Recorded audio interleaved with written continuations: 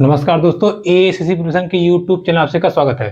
दोस्तों, हम लोग सीटेट मैथमेटिक्स पेडागोजी के बारे में पढ़ रहे थे, जिसमें हम लोग सीटेट में जो 15 नंबर का पेडागोजी आता है उससे बनने वाले प्रश्नों को देख रहे थे। तो अब तक हम लोगों ने काफ़ी सारे सिद्धांत को पढ़ा है, काफ़ी सारे रूल्स को पढ़ा है और सीटेट के मैथमेटिक्स के जो टॉपिक है उनके विषय में चर्चा की है। आज हम लोग कुछ गणितज्ञ के बारे में सीखेंगे और तथा ये देखेंगे कि उन गणितज्ञों ने गणित के परिप्रेक्ष्य में क्या कहा, जो कि हमारे सीटेट के एग्जाम के पॉइंट ऑफ व्यू से इंपॉर्टेंट है। ठीक है, तो चलिए शुरू करते हैं। देखिए, पहले हैं हमारे जीन पियाजे। अब देखिए, ये सीडीपी वाले भी हैं जीन पियाजे, लेकिन यहाँ पर इनका जो सिद्धांत है एक अलग तरीके से पढ़ा जाएगा गणित के संदर्भ में। ठीक है, यहाँ पे जीन पियाजे का जो सिद्धांत है वो अलग तरीके से पढ़ा जाएगा गणित के संदर्भ में। इन्होंने कहा था कि कोई भी बच्चा हो, ठीक है, कोई भी बच्चा हो या बच्चे सबसे पहले क्या सीखते हैं? सबसे पहले सीखते हैं संख्या को। अर्थात बच्चे सबसे पहले गणित के परिप्रेक्ष्य में जोड़, घटाना, गुणा, भाग वगैरह नहीं सीखते, सबसे पहले सीखते हैं संख्या को। संख्या के बाद में ये सीखते हैं लंबाई को। लंबाई मीन्स जैसे वस्तुओं को ये देख के समझते हैं कौन कितना बड़ा है, कौन कितना छोटा है। ठीक है, उसके बाद में ये आयतन से वजन। ठीक है, लंबाई के बाद ये वजन के बारे में सीखते हैं और अंत में ये आयतन के बारे में सीखते हैं। क्लियर? यानी कि जीन पियाजे के अनुसार बच्चे सबसे पहले संख्या के बारे में सीखते हैं, संख्या के बाद में ये लंबाई के बारे में सीखते हैं, लंबाई के बाद ये वजन अर्थात तुलनात्मक जो भार होता है उसके बारे में सीखते हैं और अंतिम में आयतन के बारे में बच्चे सीखते हैं। ये किसने कहा था? ये कहा था जीन पियाजे ने। किसने कहा था? जीन पियाजे ने। ठीक है, और इन्होंने कहा था, जीन पियाजे ने कहा था संख्याएं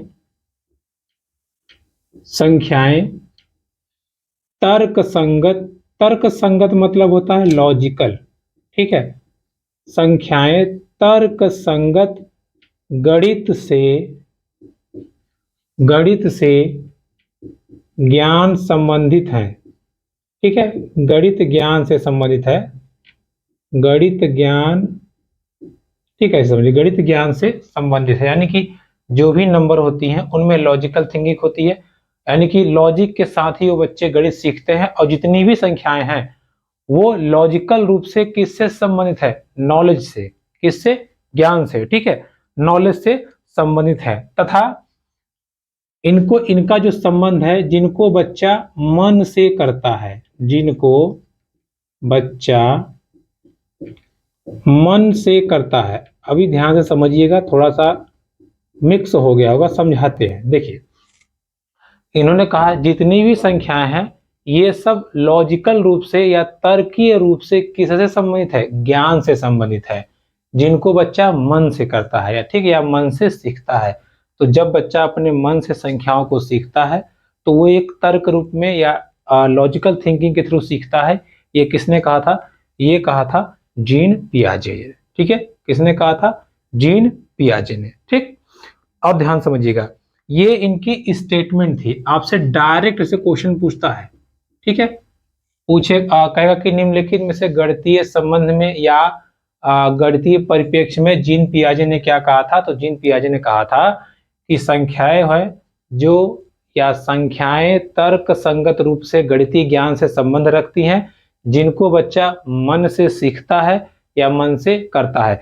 साथ ही साथ इन्होंने बोला था कि संख्याएं जो होती हैं वो दो वस्तुओं के बीच या दो संख्याओं के बीच किए गए संबंधों का संश्लेषण है। ठीक है, क्या है? संश्लेषण है। ठीक, देखिए ध्यान रखिएगा, संख्या या संख्याएं दो प्रकार के वस्तुओं का संश्लेषण है। क्या है? संश्लेषण है। जैसे अगर हम कह दें 3 पेन प्लस 2 पेन तो आप बताएंगे 5 पेन। और संश्लेषण मतलब होता है, क्या होता है? मिला देना। विश्लेषण मतलब तोड़ देना, संश्लेषण मतलब मिला देना। तो इन्होंने बताया था कि जो भी संख्याएं होती हैं दो प्रकार की संख्याओं का जब आप संश्लेषण कर देंगे तो एक नई संख्या मिल जाएगी। वही इन्होंने कहा था। ठीक है, तो जीन पियाजे ने कहा गणित सीखने के लिए बच्चा सबसे पहले संख्या सीखता है, फिर लंबाई सीखता है, फिर वजन और फिर आयतन। साथ ही साथ इन्होंने बताया कि जो संख्याएं होती हैं वो तर्क संगत लॉजिकल रूप से ज्ञान से संबंधित होती हैं, जिनको बच्चा मन से करता है। और लास्ट में इन्होंने बताया कि संख्याएं जो होती हैं वो दो प्रकार के या दो प्रकार की वस्तुओं का या दो प्रकार की छोटी संख्याओं का क्या है, संश्लेषित रूप है या संश्लेषण है। क्लियर?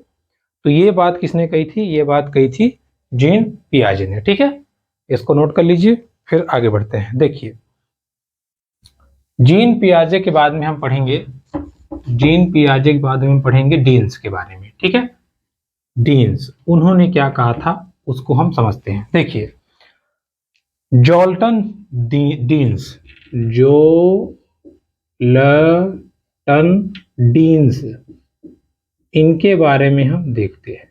देखिए, जोल्टन डीन्स ने क्या कहा था? जोल्टन डीन्स ने कहा था कि बच्चे मैथमेटिक्स को खेल कहानी के माध्यम से या जोड़ तोड़ के सीखते हैं। ठीक है, मतलब बच्चे जो होते हैं वो गणित को ऐसे कह लीजिए, गणित को जोड़ तोड़ के या खेल कहानी के माध्यम से सीखते हैं।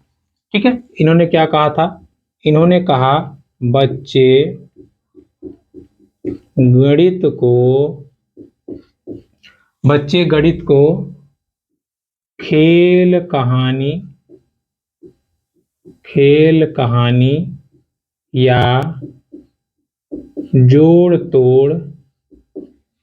कहानी या जोड़ तोड़ से माध्यम से सीखते हैं। ठीक है, जोड़ तोड़ के माध्यम से सीखते हैं। ठीक है, यानी कि बच्चे जो भी मैथमेटिक्स सीखते हैं वो खेल कहानी के माध्यम से या जोड़ तोड़ के सीखते हैं। साथ ही साथ इन्होंने बताया कि बच्चे कम उम्र में जटिल ज्ञान सीख लेते हैं।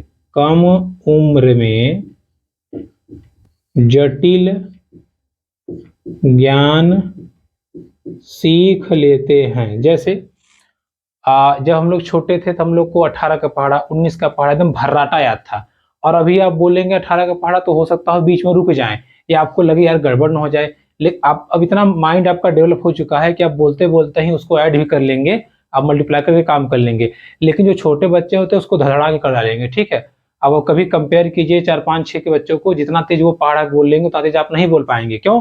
क्योंकि वो कम उम्र जब सीखते हैं तो बहुत तेजी से सीखते हैं। ठीक, तो जोल्टन डीन्स ने यही कहा था कि जो बच्चे होते हैं वो गणित एक तो खेल के माध्यम से सीखते हैं, दूसरा वो चीजों को तोड़ जोड़ के, ठीक है, इसको ऐसे कर दें, इसको ऐसे कर दें, ऐसे सीखते हैं। साथ ही साथ वो कम उम्र में अधिक ज्ञान को प्राप्त कर लेते हैं या जटिल ज्ञान को सीख लेते हैं। इन्होंने सीखने के 4 स्तर बताए कह लीजिए, या 4 सिद्धांत इन्होंने बताए थे, या 4 स्टेप कह लीजिए इन्होंने बताए थे। वो स्टेप क्या है उसको हम समझते हैं। देखिए, पहला इन्होंने बताया गतिक, ठीक है, ज्ञान या गतिक क्रिया समझ लीजिए। ठीक है, दूसरा इन्होंने बताया बोधात्मक परिवर्तनशीलता। अभी हम समझाते हैं, परेशान ना होइए, सारी चीजों को समझाते हैं। तीसरा इन्होंने बताया गणितीय या गणित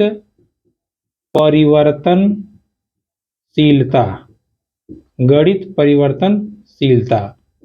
चौथा इन्होंने बताया रचनात्मक, ठीक है, चौथा इन्होंने बताया था रचनात्मक नियम।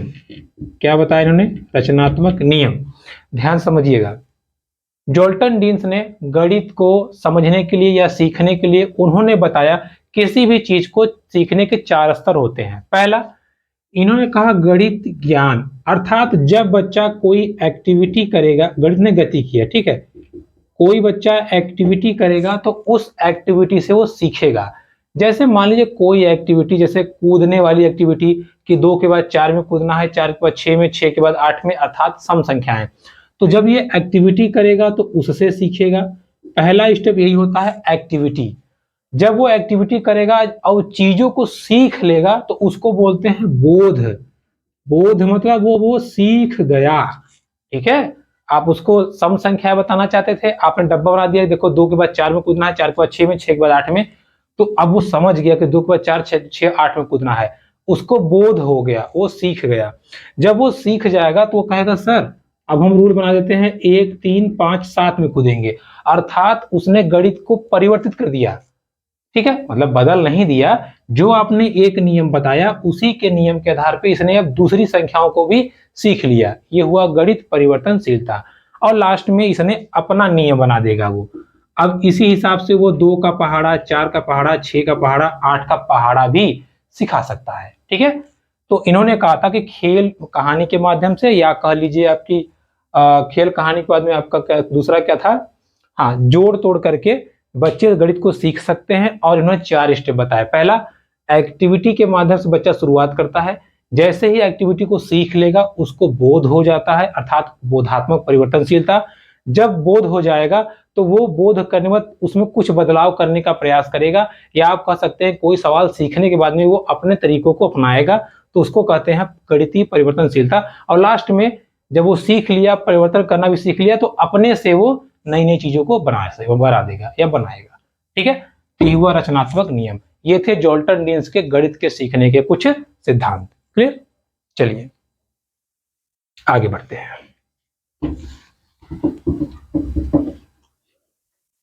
ऐसे देखिए, जो जो गणितज्ञ हैं जिन्होंने अपनी अपनी चीजों को समझाया है, या जिन्होंने ये नियम्स दिए हैं, उनको आप समझ ही रहिएगा, उनको हम आगे अच्छे से देखेंगे। देखिए, अगले हैं आपके जॉर्ज पोलिया। कौन है? George polio. देखिए, ये हंगरी के थे, और इन्होंने क्या कहा, हंगरी के थे। कहाँ के? हंगरी के। इन्होंने कहा, इन्होंने बताया कि गणित में समस्या समाधान कैसे किया जाए, समस्या समाधान कैसे किया जाए। ठीक है, अब अगर गणित में आपके पास कोई समस्या आ गई, कोई सवाल हल करने के लिए आ गया, संख्या को जोड़ने के लिए आ गया, प्रतिशत आ गया, कुछ आ गया, तो उसको कैसे हल किया जाए, उसके लिए इन्होंने कुछ नियम बताए। जैसे अब मान लीजिए इस बॉक्स में, इस बॉक्स में कुछ चीजें हैं, अब क्या है हमको नहीं पता। ठीक है, बस इतना पता है गणित से संबंधित कुछ चीजें हैं, लेकिन क्या है नहीं पता। तो सबसे पहले बच्चा क्या करेगा? सबसे पहले बच्चा ये समझेगा कि समस्या हमारे पास है क्या। तो सबसे पहला स्टेप यही है कि समस्या का ज्ञान होना चाहिए। क्या होना चाहिए? ज्ञान। मतलब क्या करना है, तो हमको क्या करना है, इस बॉक्स में क्या है उसको हमें बताना है। ये इनका था पहला स्टेप। ठीक है, दूसरा स्टेप देखिए। दूसरा स्टेप इन्होंने बताया कि यार ये बॉक्स है, इस बॉक्स को क्या करना होगा, इस बॉक्स को खोलना पड़ेगा। खोलने के लिए क्या करें? काट दें, तोड़ दें, फोड़ दें, अर्थात योजना बनाना। ठीक है, समस्या का ज्ञान कह लीजिए, या समस्या को सबसे पहले समझिए, समझना, उसके बाद में है योजना बनाना, कि हाँ इसको हमें ऐसे काम करना है, तुम्हारा काम हो जाएगा। फिर तीसरा स्टेप इन्होंने बताया कि योजना का संचालन करना। हम योजना का संचालन अब करेंगे, अर्थात जो हमने प्लानिंग किया कि बॉक्स को अनबॉक्स करना है, खोलना है, तोड़ना है, मरोड़ना है, तो खोल देंगे। फोर्थ स्टेप है पुनः पुनः निरीक्षण, या कह लीजिए पुनः परीक्षण। ठीक है, ये इसका मतलब क्या है? मान लीजिए गलती बॉक्स खुल गया, तो अगली बार जब ये आए तो उसको हम थोड़ा ध्यान से दें, या अपने सारे स्टेप को हम क्या करें, बैक करें। ठीक है, क्या करें, हम बैक करें। फॉर एग्जाम्पल, अगर आपको CTET का एग्जाम क्लियर करना है, तो सबसे पहले आप क्या करेंगे, आप ये जानिए कि सीटेट का सिलेबस क्या है।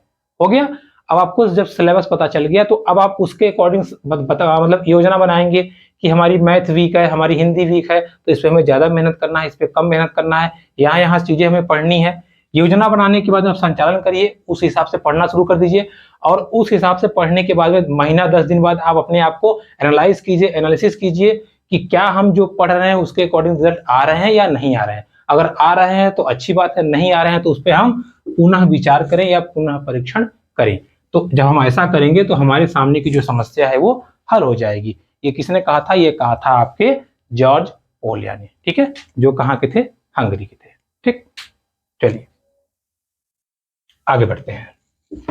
अब आगे हम चीजों को सीखते हैं। अब देखिए इसके बाद में गणित से संबंधित जो चीज आएगी वो आती है आपकी एनसीएफ 2005। देखिए बहुत ही इंपॉर्टेंट चीज है ये एनसीएफ 2005। देखिए ये क्या बोलता है। इसने कहा गणित का जो उद्देश्य है, गणित का जो उद्देश्य है उसका एक संकीर्ण उद्देश्य है। संकीर्ण मतलब छोटा मोटा समझ लीजिए, ठीक है, छोटा नहीं है तो इंपॉर्टेंट ही, बट छोटा समझ लीजिए।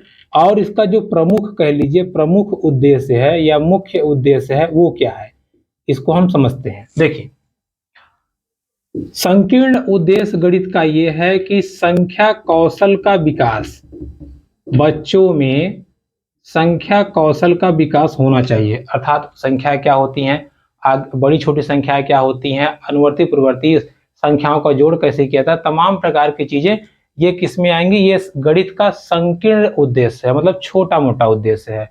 बड़ा उद्देश्य के बारे में बात करें तो गणित हर समस्या को हल कर सके, ठीक है, हर समस्या को हल करना ये गणित का क्या है? प्रमुख उद्देश्य है या मुख्य उद्देश्य है, ठीक है। ध्यान समझिएगा, थोड़ा पसीना पोंछ लें। देखिए गणित का जो संकीर्ण उद्देश्य है वो क्या है? वो है कि संख्या कौशलों का विकास करना। फिर उसके बाद में आपका प्रमुख उद्देश्य या मुख्य उद्देश्य आता है। तो मुख्य उद्देश्य ये है कि कितनी भी बड़ी समस्या हो बच्चे उसको आसानी से सॉल्व कर सकें। ये किसने कहा था? ये कहा था एनसीएफ 2005 ने, ठीक है। और एनसीएफ 2005 ने कहा कि गणित सबके लिए है। गणित क्या है? सबके लिए है भाई। सबके लिए है का क्या मतलब है? जैसे गणित को बॉयज भी सीख सकते हैं, गणित को गर्ल्स भी सीख सकते हैं, गणित को जनरल, ओबीसी, एससी, एसटी, अर्थात गणित लिंग भेद के आधार पर या जाति भेद के आधार पर नहीं पढ़ाया जाएगा। गणित सबके लिए समान होगा और सब उसको समान रूप से सीखने की क्षमता रखते हैं। ये किसने कहा था? ये एनसीएफ ने कहा था, ठीक है। फिर आगे एनसीएफ ने कहा कि गणित क्या है? इंटीग्रेटेड है। इंटीग्रेटेड मतलब एकीकृत, ठीक है। गणित क्या है? गणित एकीकृत है, एकीकृत है, ठीक। अर्थात इसमें बड़ी बड़ी चीजों का समावेशन करके छोटा बनाने का प्रयास किया गया है, ठीक है। आगे देखिए फिर अगला स्टेप में बताया गया है कि गणित में प्राइमरी स्कूल, ठीक है, यानी कि प्राथमिक विद्यालय स्तर पर चौपड़, अनुमान लगाना, चौपड़, अनुमान लगाना और आपका है सममिति मतलब सिमेट्री, सममिति को सम्मिलित किया गया है।